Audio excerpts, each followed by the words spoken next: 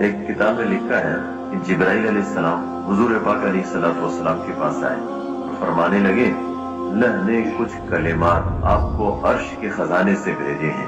اس میں سب سے پہلے الفاظ جو ہے نا وہ کیا ہے؟ یا من اظہر الجمیل وستر القبیح. شیخ الحدیث مولانا زکریا صاحب رحمۃ اللہ علیہ جنہوں نے فضائل اعمال لکھی ہے، یہ مکی مسجد میں تھے. عصر کے بعد کا ٹائم تھا، لوگ آ رہے تھے، ان سے مصافحہ کر رہے تھے، وہ ہاتھ ملا رہے تھے. مولانا احسان صاحب ان کے ساتھ بیٹھے تھے. شیخ الحدیث صاحب کی زبان حرکت کر رہی تھی. وہ جب مجمع ختم ہوا نا تو اس کے بعد جو ہے وہ مولانا احسان صاحب فرماتے ہیں کہ میں نے ان سے پوچھا حضرت آپ کیا پڑھ رہے تھے؟ جب لوگ آپ سے ہاتھ ملا رہے تھے تو آپ کیا پڑھ رہے تھے؟ آپ کی زبان حرکت کر رہی.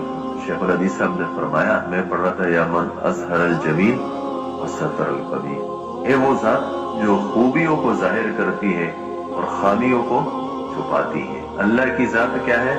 خوبیوں کو ظاہر کرنے والی ہے اور خامیوں کو چھپانے والی ہے. اللہ نے میری خوبیاں ظاہر کی ہیں، میری خامیاں چھپائی ہے. سب میرے ساتھ ہاتھ ملا رہے ہیں، سب وہ کر رہے ہیں. اگر میری خامیاں لوگوں کے سامنے ظاہر ہو جائے تو پتہ نہیں کوئی مجھے قریب بھی چھوڑے کہ نہ چھوڑے. اسی طریقے سے اللہ نے ہم سب کی خامیوں کو چھپایا، ہماری خوبیوں کو ظاہر کیا. ہمیں بھی ایسے ہی کرنا چاہیے. ہمیں بھی لوگوں کی خامیاں چھپانی چاہیے، خوبیاں ظاہر کرنی چاہیے. لیکن ہے اس کا الٹ. ہمارے سارے معاشرے کے اندر آپ تھوڑے سا دیکھیں، اگر کوئی آدمی الٹا کام کرے گا نا پورے کے پورے محلے میں اس کا ڈنڈورا پھیٹ جائے گا، فلاں نے یوں کیا ہے. اور جو لوگ چھائیاں کر رہے ہیں اس کا کسی کو پتہ نہیں، اس لیے کہ ہمارے ہاں اس کا تذکرہ ہی نہیں. مسلم شریف کے مقدمے میں لکھا ہے جس چیز کو مٹھانا ہے اس کو عدم ذکر سے مٹاؤ. ہم اچھائیوں کے مٹھانے میں لگے ہوئے ہیں تو اس کا ہم نے تذکرہ چھوڑ دیا، اور برائیوں کے پھیلانے میں لگے ہوئے ہیں اس لیے کہ جس کو بولا جاتا ہے وہ چیز پھیلتی ہے. ہم برائیاں بول رہے ہیں، برائیاں پھیل رہی ہیں. اللہ معاف کرے. اس وقت ہمارے معاشرے کے اندر کیا حال ہے؟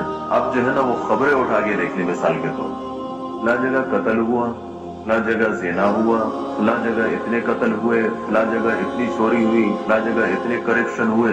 اس سے ہماری خبریں بھری ہوئی ہیں، اس سے ہمارا معاشرہ بھی بھرا ہوا ہے، اس سے ہمارا تذکرہ بھی بھرا ہوا ہے.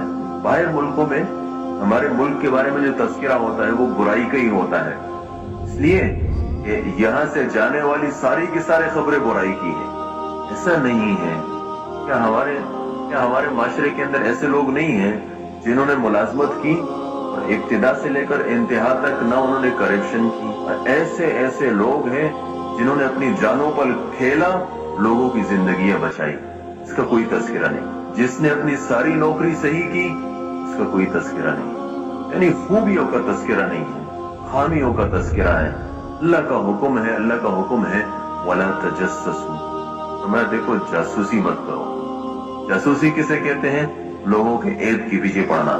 یہ کیا کر رہا ہے؟ اس میں تو ہماری زندگی لگ رہی ہے. غیبت کیا ہے؟ غیبت یہی ہے نا کہ بھئی کسی کی برائیاں ہیں اور آپ وہ موجود نہیں اور ڈنڈورا پیٹ رہے ہیں. دوسری بات یہ ہے کہ بہت ساری غلطیاں ہوتی ہیں. یعنی ایسا نہیں ہوتا ہے کہ ہم کسی کی بات سنتے ہیں اور بغیر تحقیق کے آگے پہنچا دیتے ہیں. اس شخص کو حضور صلی اللہ علیہ وسلم نے کیا فرمایا؟ فرمایا کفا بالمرء کذبا ان یحدث بکل ما سمع. فرمایا انسان کے جھوٹا ہونے کے لیے اتنی بات کافی ہے کہ ہر سنی سنائی بات کو آگے پہنچائے. ہم کیا کہتے ہیں کہ ہمیں تحقیق کی کیا ضرورت ہے؟ جب آپ کو، میں نہیں کہتا کہ آپ کو تحقیق کی ضرورت ہے، لیکن آپ کو آگے پہنچانے کی کیا ضرورت ہے؟ کس نے آپ کو کہا کہ آپ کے اوپر برائی سنو تو اس کا آگے پہنچانا آپ پر فرض ہے؟ نہ فرض ہے، نہ واجب ہے، نہ سنت ہے، نہ مستحب ہے، بلکہ ایسے شخص کو حضور صلی اللہ علیہ وسلم نے مکار دوست فرمایا اور اس سے پناہ مانگی ہے. اللہم انی اعوذ بک من خلیل ماکر. اللہ میں تیری پناہ مانگتا ہوں مکار دوست سے.